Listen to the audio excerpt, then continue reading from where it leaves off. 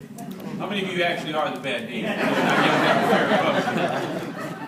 Maybe you got a neighbor who's got a barking dog, right? Everybody always has one of those. You call up Bob next door. Hey, Bob, the dog's keeping us awake all night long. What do you say putting the dog somewhere else? Well, Bob never liked you anyway.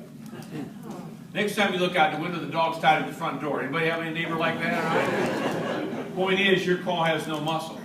But how many agree if a major law firm in Minnesota picks up that phone, calls Bob next door, and says, by the way, Bob, my name is blankety blank, I represent blankety blank, your neighbor next door, and seems to have a little bit of an issue and a problem. I'd like to address it with you right now. The fact of the matter is, you're possibly violating some ordinances that very well could be cause some legal ramifications down the road. Bob, would you mind putting that dog somewhere else?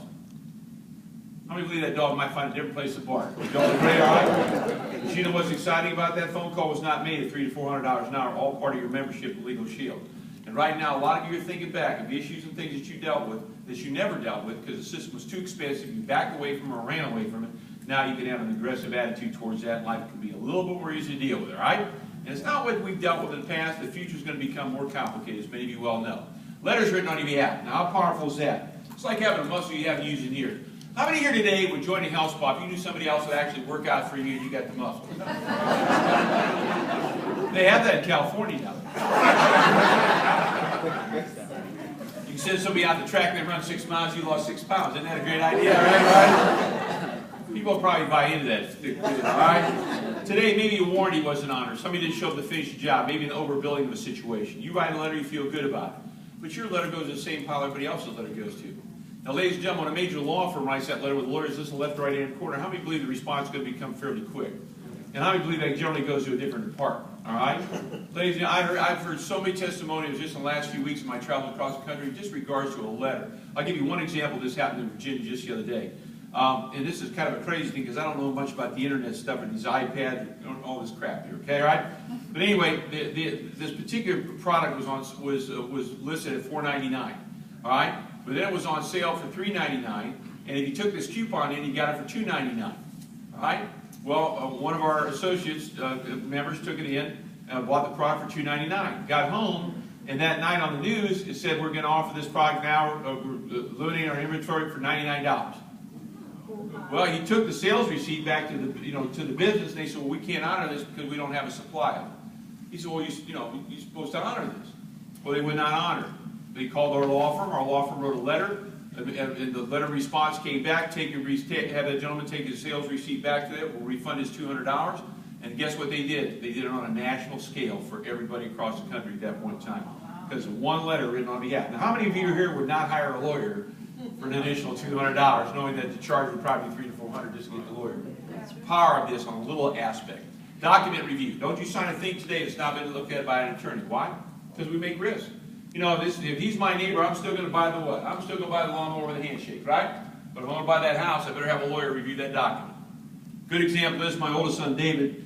He has a farm up in the North Georgia mountains. Beside him came 30 acres for sale on the internet. It was a foreclosure.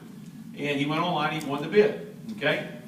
But when the document came, it said 30 acres, but it said refer to Exhibit A, the attachment. And on Exhibit A, it was a 20-acre tract and a completely separate 10-acre tract. Never showed it combined as a 30-acre sale. Now, he could have signed that. Very well, we'd still be fighting in court. But because he grew up with this product, he sent that over to our law firm. Basically, no charge. They reviewed it, looked at it, said, do not sign this. We'll make the necessary adjustments. Sent it back out to the parties involved. He owns that 30 acres today. But you know what that cost him? His monthly membership in LegalShield. Now, ladies and gentlemen, somebody else would have maybe risked that signature today. The value. These are life event things that we deal with every single day of our lives, okay? This is not something that's going to happen periodically in your lifetime. These are things that happen weekly for some of you, all right? Wills today. 90% of you in this room today do not have a will. 90% of our country does not have a will. And it's the last love letter you're going to leave your family members, probably the most important love letter that you leave. Now, why don't you have a will? Well, simple. We're afraid of lawyers. Time-consuming, cumbersome, expensive, all right? We just put it off. Would you all agree? How many like the idea? How many like the word free? Free a good word? I'll tell you a good word free is. This hotel here seems like a really nice little hotel. Today when we leave this meeting, let's say there's a sign out in the lobby that says all rooms tonight at this hotel are free. Now some of you live 10 minutes from here. How many are going to be calling from your room? Why mess up your bed? Would you all agree, all right? Free is a good word. Ladies and gentlemen, I just had a sister, my oldest sister just went through some very serious treatment at the Cleveland Clinic in Cleveland, Ohio, and her and I are the last two left. To make a long story short, when I got to Cleveland Clinic, first thing was asked me, because she was in ICU, was, does your sister have a will, living will, medical directive? I said, yes, she does. Later on that day, I asked the administrator to ask me that question, just for fun. I asked her, I said, how many times a day do you ask this? And you get a no. She said, almost all the time. It's amazing. The most important thing we do, we put it off. But ladies and gentlemen, it's expensive. It frees a good word, okay? And today, we provide full wills for both husband and wife. Along with that, the medical directive and the living will. And on top of that, we even update and review them each year free of charge. Now, obviously, you're not going to update your will every year. But 7 or 8, 9, 10 years down the road from here, you might want to update that will because things have changed. What are lawyer fees going to be at that point in time? They're certainly not going down. They're going to go up. Right. The fact of the matter is, it's about a $2,000 value. Now, here's your second test of the morning. How many here this morning would invest $26 if I gave you back $2,000? Is this on?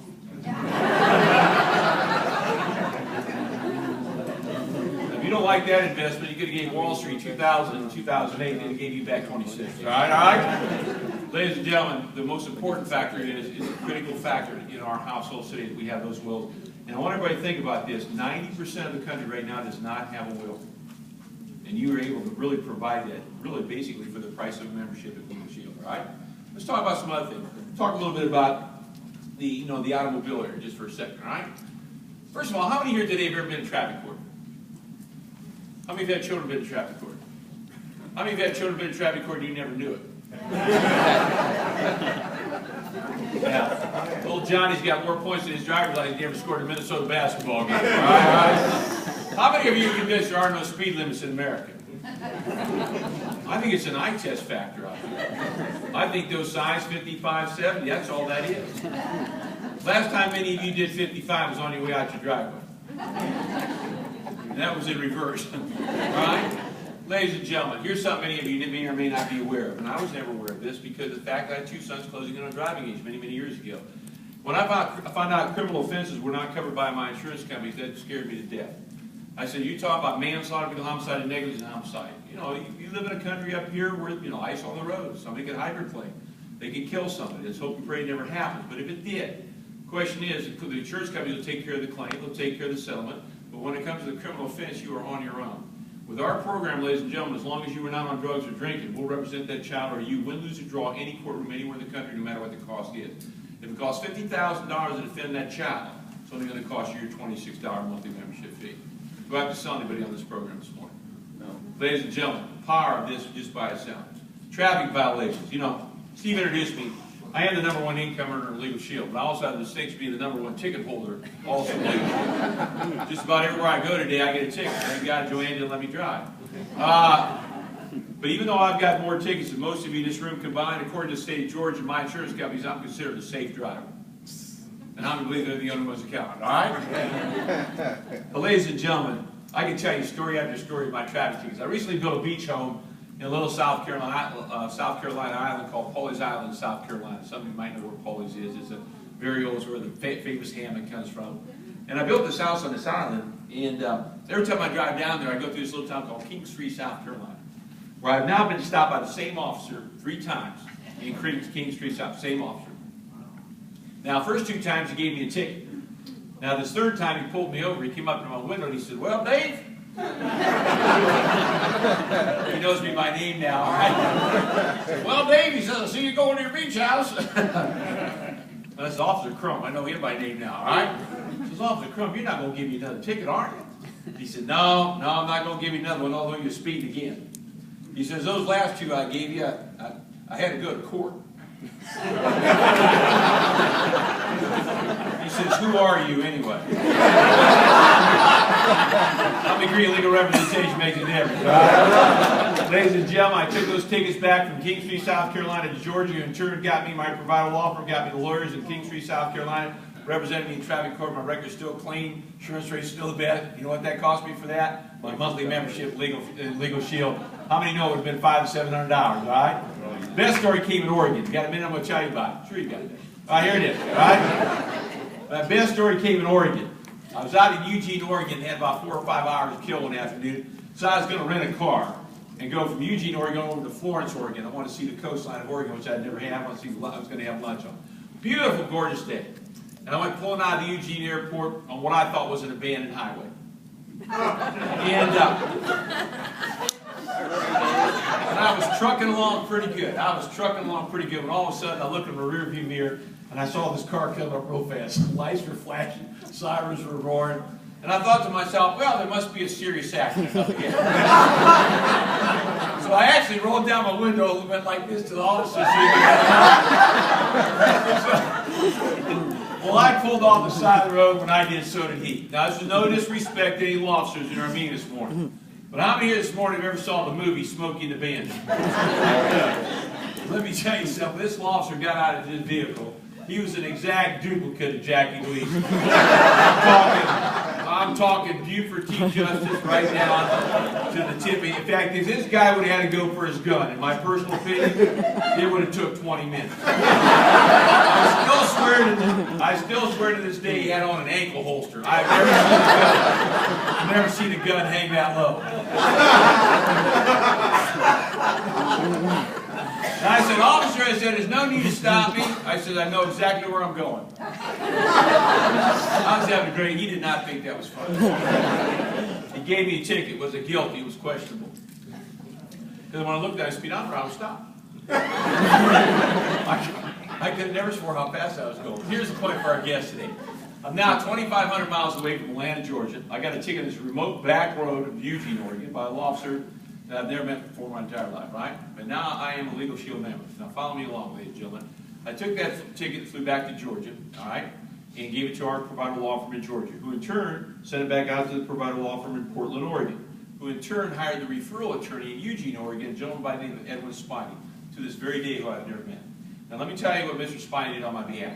He researched the Georgia statutes, he found out they were different than the Oregon statutes, and he found out the speed I was going in Oregon was still going to apply a 2-point penalty to my license in the state of Georgia. Now, he wrote me this letter. Until you see this in letter form, do you have any understanding what traffic court's all about? But here's how the letter was written. It said, Dear Mr. Savula, I appeared on your behalf at your trial. Why? He says, upon conviction. Let me read those 2 words you don't want to read right here. It says, upon conviction, you're going to have a 2-point penalty on your driver's license in the state of Georgia. He said, but I would like for you to know that I was successful. Negotiating on your behalf was able to reduce that speed below the point system required in the state of Georgia. You will have no points on your driver's license, nor do you owe the Eugene court system any additional money. Thank you, Mr. Edwin Spiney. You can go to our home office in Ada, Oklahoma. It's in plaque form, that entire letter. All right? Point for our guest tonight, or today. Ladies and gentlemen, I have legal representation 2,500 miles away by a lawyer I've never met to this day. They kept my driving record clean, my insurance rate is still the best. And ladies and gentlemen, all that costs me a monthly membership fee in LegalShield. And some of you need to realize the impact of 1 or 2 tickets in your household. The insurance increase could be dramatic, could be thousands of dollars extra a year. The power of this today. And everybody say, get ready. Get ready. You all get ready to get a ticket. There ain't no question about it, right? So the power of it. Now let's talk about some other life event things that we can help everybody with today. You know, today when I mentioned 200 lawsuits filed every minute, it's probably even short of what's really happening today. Do we have any teachers in our audience here this morning? Okay? If we have any teachers today, you cannot have a closed-door conversation with a student. You have to have an administrator and a principal in attendance because your job is a jeopardy. You could be accused of something, all right? Pastors of the church is the same thing. Ladies and gentlemen, I've been coaching football most of my life, and I can tell you right now, the risk today on the football field is entirely different than when I played. You know, today you shake a kid's face mask, it's called child abuse.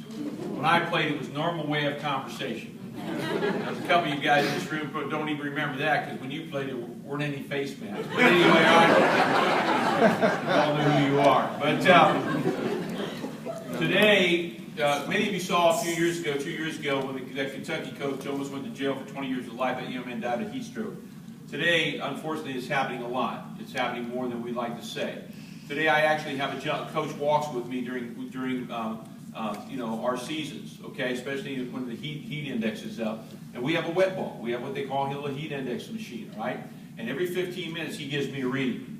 And that reading tells me whether helmets come off, shoulder pads and helmets come off, or whether water breaks, or we just stop practice, period, all right? I represent 200 kids in my little program, 6th, 7th, and 8th graders. I want to tell you right now, last thing I want to do is in front of a judge because I lost the life of a young man because I wasn't prepared properly. Things are different today, as many of you well know. Yet most of you in this room volunteer your time in organizations and so forth. You see kids on fields and play. Part-time daddies are coaching, have no earthly idea what